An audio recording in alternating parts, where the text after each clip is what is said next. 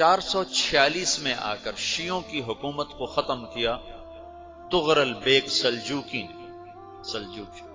Seljuk مسلمان ہوئے تھے محمود غزنوی کے دور میں، سلجوک ان کے بڑے کا نام تھا۔ تو ایک دفعہ محمود غزنوی نے سلجوک سے پوچھا اگر مجھے تیری مدد کی ضرورت ہو تو کتنے آدمی پیش کر سکتے ہو؟ تو اس نے ایک تیر دیا، کہا یہ ایک تیر ہے میرا، کسی کو یہ تیر بھیج کر میرے علاقے میں بھیج دو تو چند گھنٹوں میں 1,00,000 تلواریں تیرا پہرا دینے کے لیے تیار ہوں، میرے پاس اتنی طاقت ہے۔ تو یہ سلجوک کی نسل میں تھا تغرل بیگ۔ اللہ تعالیٰ نے جب عرب زوال کا شکار ہو گئے اور ضعف کا شکار ہو گئے، جیسے بڑھاپے کا کوئی علاج نہیں، جب قوموں پہ زوال آتا ہے تو اس کا بھی کوئی علاج نہیں، پھر اور قوم کو جگہ ملتی ہے۔ جیسے بڑھاپا ایک فرد پہ آتا ہے، ایسے بڑھاپا قوم پہ آتا ہے۔ قوم کا بڑھاپا جوانی میں نہیں لوٹ سکتا، جیسے فرد کا بڑھاپا جوانی کی طرف نہیں لوٹ سکتا، قوم کا بڑھاپا جوانی کی طرف نہیں لوٹ سکتا، کوئی علاج نہیں، نئی نسل کا آنا ہی علاج ہے۔ تو عرب دھل چکے تھے، 600 سال بہت ہوتے ہیں حکومت کو، اپنی صفات گم کر چکے تھے، اب نئے خون کی ضرورت تھی۔ تغرل بیگ پہلا شخص تھا جس نے آ کر اہل سنت والجماعت کو استحکام بخشا، شیعوں کی حکومت کو ختم کیا، بغداد سے، شام سے، ان سارے علاقوں سے۔ صلاح الدین ایوبی نے اسماعیلی شیعہ کی حکومت کو ختم کیا، مصر۔ العاضد ان کا آخری خلیفہ تھا صلاح الدین ایوبی، نور الدین زنگی رحمت اللہ علیہ کا پروردہ تھا، اس کا دوست تھا، اس کے دوست بھی تھا، بچہ بھی تھا اس کے سامنے، زیادہ لکھنے پڑھنے کا شوق تھا۔ پھر اللہ تعالیٰ نے اس سے کام لیا اور اس کو مصر کا گورنر بنا کے بھیجا، مصر کی مدد کے لیے بھیجا۔ تو وہاں اس نے صلاح الدین ایوبی نے وہاں ختم کیا، تغرل بیگ نے یہاں ختم کیا۔ تو پھر سلجوک جو تھے نا یہ اقتدار میں آئے، ادھر ختم ہو گئی سلطنت بنو عباس کی، مصر ایک چھوٹی سی ترکوں کی سلطنت۔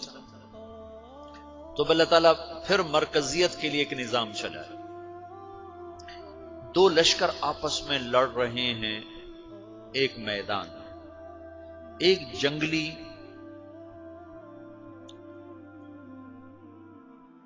بدوؤں کا قافلہ، جنگل کے لوگ اپنے قبیلے کو لے کر، ایک جنگلی قبیلہ اپنے سردار کے ساتھ نقل مکانی کر رہا ہے ایک جگہ سے دوسری جگہ۔ اللہ کا نظام کہ یہ لوگ چلتے چلتے چلتے اس وادی میں پہنچ گئے جہاں جنگ ہو رہی ہے، دو لشکر آپس میں لڑ رہے ہیں۔ جب یہ وہاں پہنچتے ہیں تو ایک لشکر کے قدم اکھڑ رہے ہیں اور دوسرا غالب آ رہا ہے۔ ان کو نہیں پتا شکست کھانے والے کون ہیں اور فتح پانے والے کون ہیں، ان کو نہیں پتا۔ اس جنگلی قبیلے کے سردار کا نام بھی تغرل ہے، تغرل۔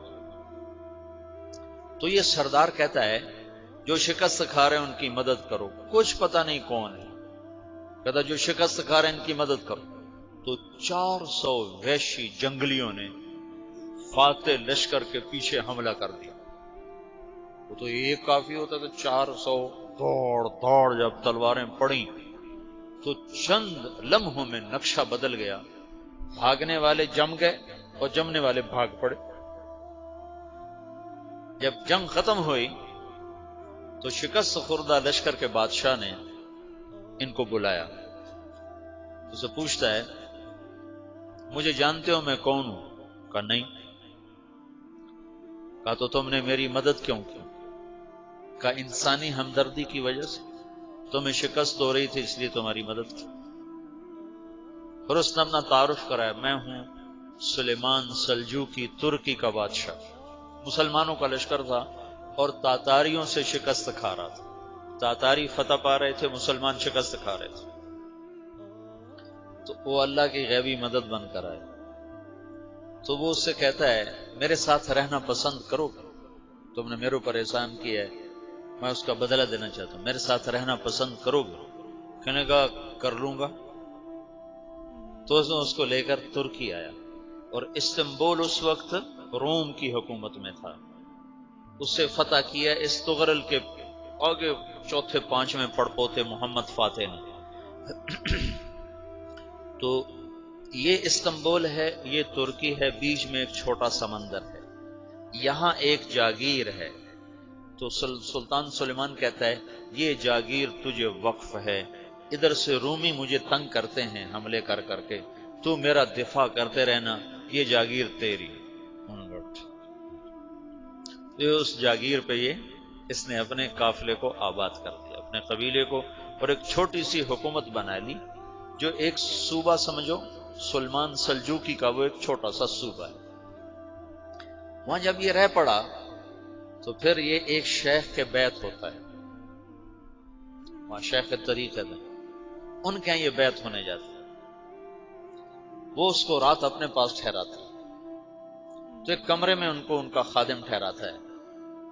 یہ جب کمرے میں جاتا ہے تو سامنے دیوار میں تاکچے پر قرآن پڑا ہوا ہے، تو یہ تغرل بیگ کہتا ہے یہ کیا ہے، یہ کیا ہے؟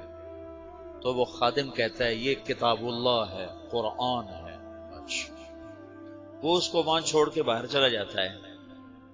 وہ دیہاتی آدمی، جنگل کا رہنے والا، پہلی دفعہ زندگی میں قرآن دیکھا، وہ کہتا ہے یہ قرآن ہے، اللہ کی کتاب ہے، میں اللہ کی کتاب کے سامنے سو جاؤں، کتنی بے ادبی ہے۔